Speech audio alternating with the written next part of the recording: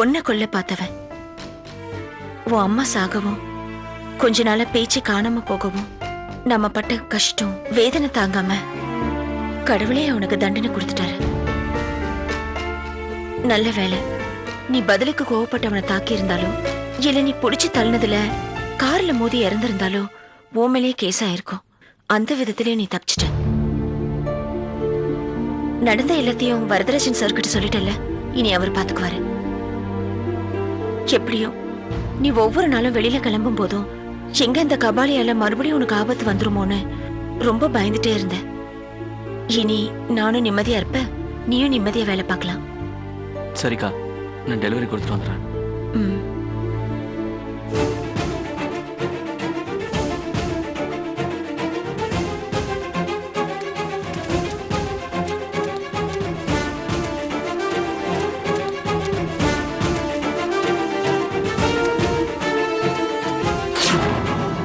போட்டு தள்ளிட்டு அப்புறம் போறேன்.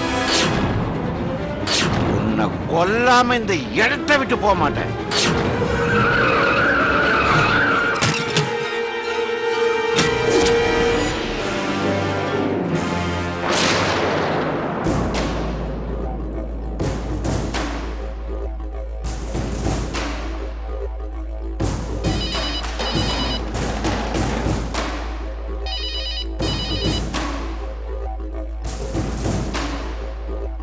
சொல்லு கபாலி, முருகன் கதையை முடிச்சிட்டியா?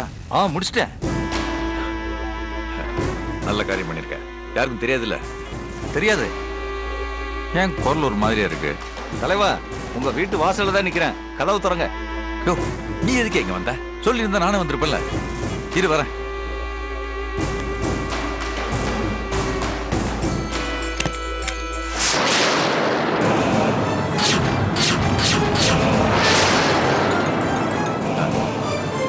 சார், நீங்களா? உள்ள போய் பேசலாமா?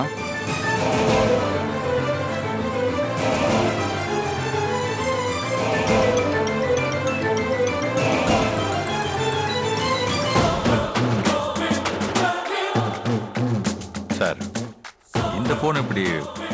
ஊர்ல சாதாரண கிரிமினல் குமாரா சுத்திக்கிட்டு இருந்தவன் இங்க வந்து கொலை கொள்ளைன்னு பெரிய டான் ஆயிடலாம்னு பாக்குறியா? அப்போ முருகன்ற பையனை கொலை பண்றதுக்கு கபாலி அனுப்பி வச்சது நீதான். குற்றத்தை செஞ்சவனை விட செய்ய தூண்டி விட்டவனுக்கு தண்டனை அதிகம், தெரியுமா உனக்கு? சார், முருகனை கொல்றதுக்கு கபாலி வந்தான். அவன் கெட்ட நேரம் ரோடு ஆக்சிடென்ட்ல கபாலி செத்துட்டான். மர்டர் அட்டம்ப்ட்ல முருகன் தப்பிச்சிட்டான். ஆக்சிடென்ட் நடந்த இடம் என்னோட control area. Chain snatching Kabali தேடப்படுற குற்றவாளின்னு தெரியும். ஆனா அவன் செல்போன்ல ஓம் பேரை பார்த்ததும் எனக்கே பெரிய ஷாக் ஆயிடுச்சு. பயப்படாத, இது வரைக்கும் கபாலியோட செல்போனை ரெக்கார்ட்ல கொண்டு வரல. அப்படி நான் கொண்டு வந்திருந்தா கபாலி அடிச்ச செயினையெல்லாம் நீ தான் பணமா மாத்திருக்க. 5 லட்சம் ரூபாய் பணத்தை கட்டி அவனை நீ தான் ஜாமீன்ல வெளியவும் எடுத்திருக்க. முருகனை ஏற்கனவே கபாலி கொல்ல பார்த்திருக்கான். கபாலிக்கு பின்னாடி ஒரு பெரிய தலை இருக்கிறதா இன்ஸ்பெக்டர் வரதராஜன் கபாலி கேஸ் ஃபைல்ல மென்ஷன் பண்ணியிருக்காரு. அந்த பெரிய தலை நீதான்னு எனக்கு தெரிஞ்சு போச்சு. அவர்கிட்ட உன்னை பத்தி ஒரு வார்த்தை சொன்னா போதும், அவர் வந்து உன்னை அள்ளிக்கிட்டு போயிடுவார். அவர்கிட்ட சொல்றதுக்கு முன்னாடி உங்ககிட்ட ஒரு வார்த்தை சொல்லிட்டு போலான்னு தான் வந்தேன். வரேன். சார் சார், புரிஞ்சு போச்சு. நீங்க வந்த நோக்கம் எனக்கு புரிஞ்சு போச்சு. அதை நேரடியா கேட்க வேண்டியதானே சார்? சார், அன்னைக்கு தங்கராஜ் கூட வந்தீங்க, நகை பணம் எல்லாத்தையும் வாங்கிட்டு போயிட்டீங்க. அதுல உங்களுக்கு லாபம் இருந்துச்சு. இப்ப என்ன உள்ள தூக்கி போறதுனால உங்களுக்கு எந்த லாபமும் இல்லை சார். உங்களுக்கு எந்த ரிவார்டும் கிடைக்க போறதில்ல. அதே நான் வெளியே இருந்தா சார், என்ன விரோதியா பாக்குற இன்ஸ்பெக்டரா இல்லாம ஆபத்துல கை கொடுக்குற இன்ஸ்பெக்டரா இருந்தா நான் ஒரு பணம் காய்க்கிற மரம் சார். சார், நான் இப்ப புதுசா ஒரு பிசினஸ் ஸ்டார்ட் பண்ணிருக்கேன். அதுல நீங்களும் கை கொடுத்தீங்கன்னா நம்ம கை உயரும் சார். என் கையில விளங்க மாட்டீங்கன்னா உங்களுக்கு கிடைக்க வேண்டிய எதுவுமே கிடைக்காம போயிடும் சார். சார், இப்போ முடிவு எடுக்க வேண்டியது நீங்க தான் சார். என்ன பிசினஸ்? என்ன சார், வேலைக்கு தெரியாம நான் விவசாயம் பண்ண முடியுமா சார்? நான் சொல்றேன் சார். என்ன ஏமாத்தணும்னு நினைச்ச சார், என்ன சார் இன்னும் என்ன இனிமையாவே பாக்குறீங்க? ஒரு ஃப்ரெண்டா பாருங்க சார். சார், வேற பண்ணிக்காதீங்க சார், கை கொடுங்க சார்.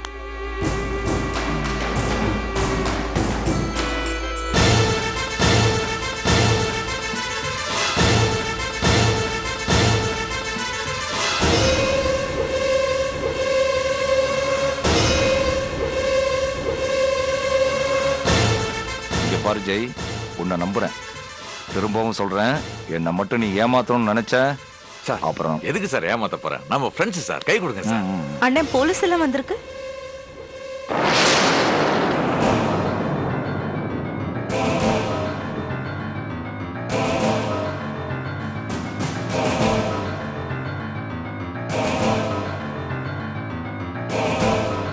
அட அனுவா, இது இப்படி அநியாயத்துக்கு குடும்ப குத்து வழக்கா மாறிட்ட. கழுத்துல தாலி எல்லாம் தொங்குது. உன்னை கட்டிக்கிட்ட அந்த அப்பாவி யாருமா? இது பாருங்க, என்னை இன்சல்ட் பண்ணிட்டு எங்கிட்ட இருந்து பணம் வாங்கிட முடியும்னு நினைக்கிறீங்களா? அடேங்க அப்பா, என்ன கோபம்! நீ எப்படி வேணாலும் இருந்துட்டு போ, எனக்கு தேவை பணம். ஜெய், அடுத்த தடவை நான் வரும்போது என்ன வெறுங்கையா அனுப்பக்கூடாது. நான் வரேன். சரிங்க சார். ஒரு நிமிஷம் சார். இனிமே எதுவா இருந்தாலும் அண்ணனை வெளியில பார்த்து பேசிக்கோங்க, இங்க வராதீங்க. அணுக்கண்ணு, ஏன் உன் பழைய வாழ்க்கை உன் புருஷனுக்கு தெரிஞ்சிடும்னு பயப்படுறியா? நான் இங்க வர்றதும் வராததும் உங்க கையில தான் இருக்கு. சார் கிளம்புங்க சார். நீங்க தேடி வர்ற அளவுக்கு நாங்க வச்சுக்க மாட்டோம்.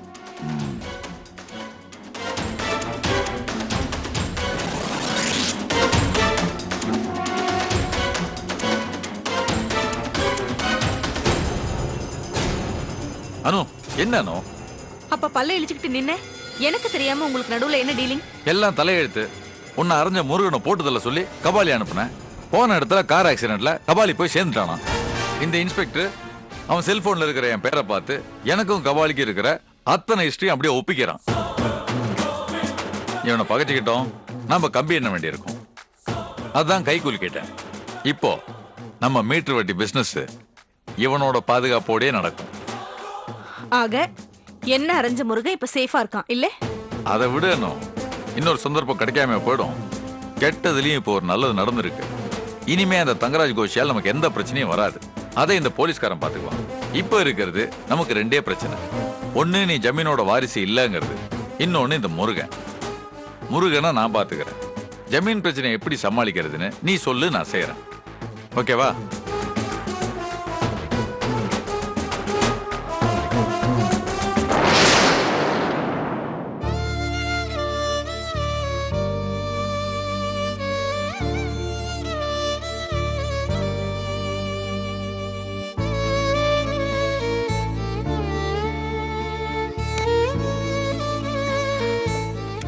ஏம்மா, உங்க பையன் இன்னும் வரவே இல்லையா? இன்னும் இல்ல டாக்டர். என்னம்மா இது? உங்க ஹஸ்பண்ட் கிரிட்டிக்கலான பொசிஷன்ல இருக்காருன்னு சொன்ன பிறகு கூட அவர் அதை புரிஞ்சுக்கவே இல்லையே. கிட்னி தரதுக்கு யோசிச்சு பதில் சொல்றதா சொன்னாரே. இன்னைக்கு பிளட் டெஸ்ட் எடுத்தா ரிப்போர்ட் வர்றதுக்கு 3 நாள் ஆகும். உங்க புருஷனை காப்பாத்தணும்னா சீக்கிரமா ஒரு முடிவு எடுங்க. முதல்ல உங்க பையனை வர சொல்லுங்க.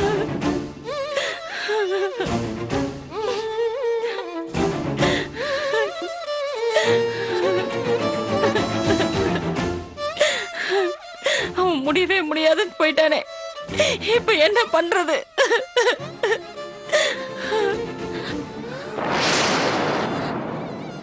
அண்ணி,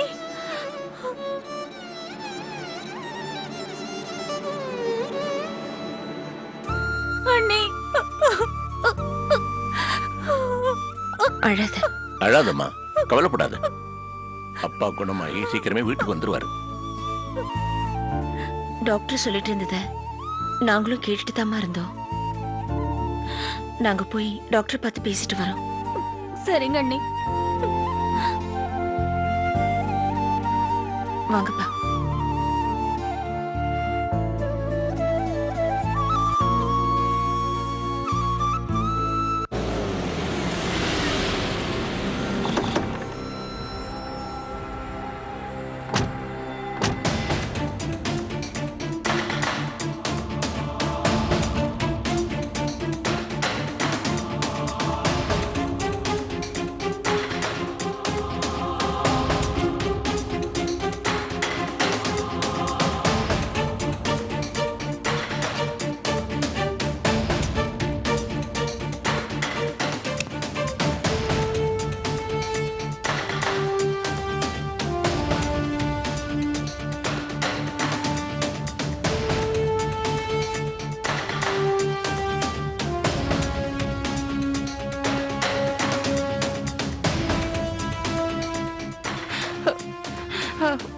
வாமானு.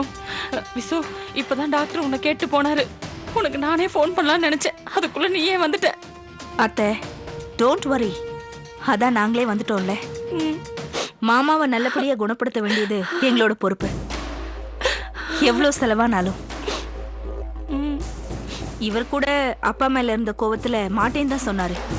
நான் தான் இவரை சமாதானப்படுத்தி இங்க கூட்டிட்டு வந்திருக்கேன். மாமாவுக்காக கிட்னி கொடுக்கவும் சம்மதிக்க வச்சிருக்கேன். அப்படியா?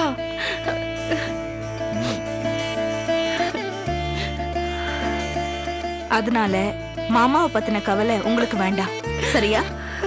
ஐயோ ஐயோ, ஜமீன் பொண்ணுன்னா சும்மாவா? ஆனுமா, எங்க வீட்டு மருமகளா நீ இன்னும் எங்க வீட்டு வாசப்படி மிதிக்கல. ஆனா நீதான் மருமகன்னு நிரூபிச்சு காட்டிட்டம்மா. அத்தை, இந்த வார்த்தைய நீங்க மட்டும் சொன்னா பத்தாது. மாமாவும் உங்க பாட்டியும் சொல்லணும். எனக்கும் ஆசைதாம்மா.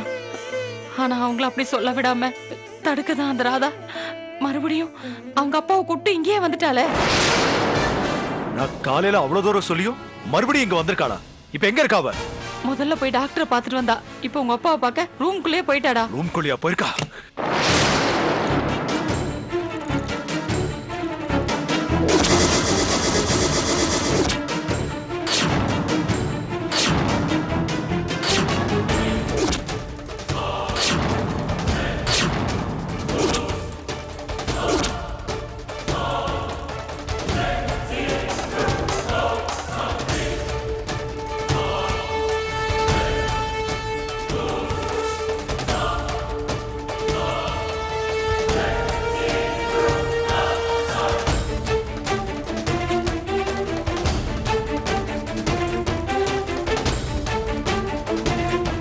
ஏய், உன்னதான் இங்க வரவே கூடாதுன்னு சொல்லிருக்கேன்ல.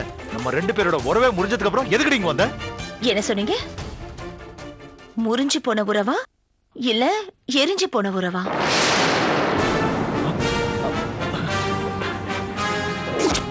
அப்பா, அப்பா, குடுப்பா, அப்பா, அப்பா, குடு, ப்ளீஸ், அப்பா, குடுப்பா, அப்பா, குடு, அது குடுப்பா, ஐயோ, அப்பா, எரியுதுப்பா, குடுப்பா, அப்பா. விச்சு, அவ என்ன சொல்றா? அது கேக்கலையா? சொரக்கால உப்பு இல்லைன்னு சொன்ன. வாங்கப்பா போலாம். ஏய், இதோட சரி. இனிமே நீ இந்த பக்கம் வரவே கூடாது. வந்த என்னடா பண்ணுவேன்? நாங்க ஒண்ணு பழைய உறவு சொல்லிக்கிட்டு இங்க வரல. தாமோதரன் என்னோட நண்பன். அவரை பார்க்க வந்திருக்கிறேன். மறுபடியும் வருவேன். என்ன தடுக்க உனக்கு எந்த உரிமையும் கிடையாது. வாமா.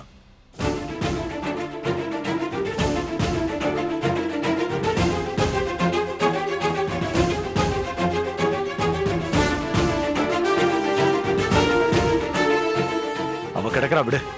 வா, நம்ம போய் டாக்டரை பார்க்கலாம். நீங்க போய் பிளட் சாம்பிள் கொடுங்க. நான் இப்ப வந்துடுறேன்.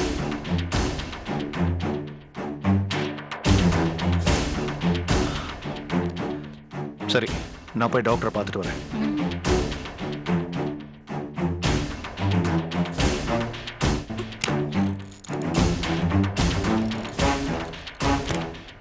கிருமா, நான் போய் ஆட்டோ கூட்டு வந்துடுறேன்.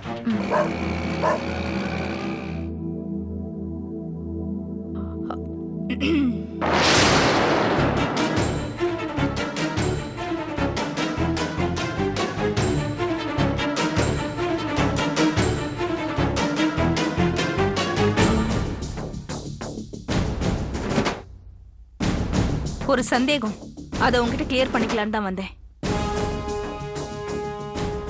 மிஸ்டர் தாமோதரன் இப்ப என்னோட மாமனார். அவருக்கு ஒண்ணுன்னா பாத்துக்க நானும் அவரோட பசங்க எல்லாரும் இருக்கோம். முதல்ல விச்சு கூட கண்டுக்கல. அவரை நான் தான் அவரோட அப்பாக்கு கிட்னி டொனேட் பண்ண சம்மதிக்க வச்சேன். உள்ள அவருக்கு பிளட் டெஸ்ட் நடந்துட்டு இருக்கு. சோ எங்க குடும்பத்துல ஒருத்தருக்கு ஒண்ணுன்னா பாத்துக்க நாங்க எல்லாரும் இருக்கோம். நீதான் கையெழுத்து போட்டு கொடுத்துட்டு ஒதுங்கிட்டல்ல, அப்புறம் எதுக்கு திரும்ப திரும்ப உறவு கொண்டாடிக்கிட்டு நீங்க வரணும்? அப்புறம் ஏன் இன்னமும் அவரோட நினைப்பா உன் கழுத்துல மஞ்ச கயிறு தொங்குது? உள்ளுக்குள்ள ஒரு சின்ன நப்பாசை மறுபடியும் நீ விச்சு கூட திரும்ப வாழ்ந்துட முடியும்னு இல்ல? விச்சுவ சம்மதிக்க வைக்க முடியாது. அவர் குடும்பத்தை பாத்துக்கிட்டா அவங்க எப்படியாவது உன்னை சேர்த்து வச்சிருவாங்கங்கிற நம்பிக்கை, அப்படிதானே? அப்படி ஒரு நம்பிக்கை விடுதலை பத்திரத்துல கையெழுத்து போடுற வரைக்கும் இருந்துச்சு. ஆனா கையெழுத்து போட்ட அடுத்த நொடி அந்த நினைப்பெல்லாம் என்னை விட்டு போயிடுச்சு. அப்புறம் எதுக்கு இந்த மஞ்ச கயிறு? உறவை புதுப்பிச்சுக்க திரும்ப திரும்ப இவங்களை தேடி வர? சாரி, புதுப்பிச்சுக்கிற அளவுக்கு எங்க உறவு ஒன்றும் பழசா இல்ல. உறவு எப்பவும் போலவே தான் இருக்கு. எங்களுக்கு நடுவுல அன்பை தவிர வேற எந்த எதிர்பார்ப்பும் இல்ல. அன்பு செலுத்த நான் அவங்களோட மருமகளா இருக்க வேண்டிய அவசியமும் கிடையாது. அதனால நான் திரும்பவும் உன் வாழ்க்கைய பறிக்க வந்துருவேணுங்கிற பயம் உனக்கு வேண்டாம்.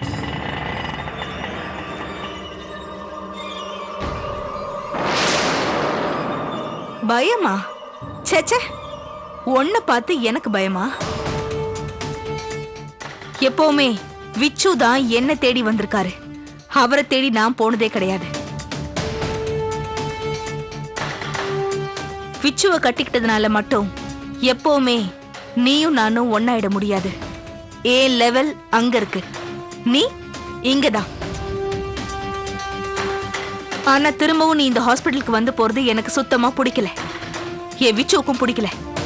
சோ இதோட கடைசி. இனிமே நீ இங்க வரவே கூடாது. இந்த பாரு, என் பொண்ணை வரக்கூடாதுன்னு சொல்றதுக்கு உனக்கு எந்த அருகதையும் கிடையாது. என் பொண்ணு சாமி சன்னிதானத்துல ஊரறிய தாலி கட்டிக்கிட்டவ.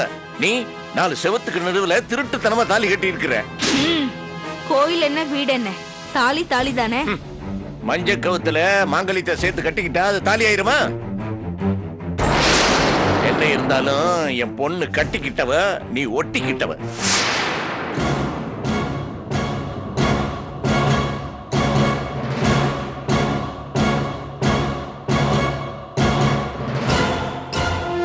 இவளோட என்ன பேச்சு? நீ வாமா போலாம்.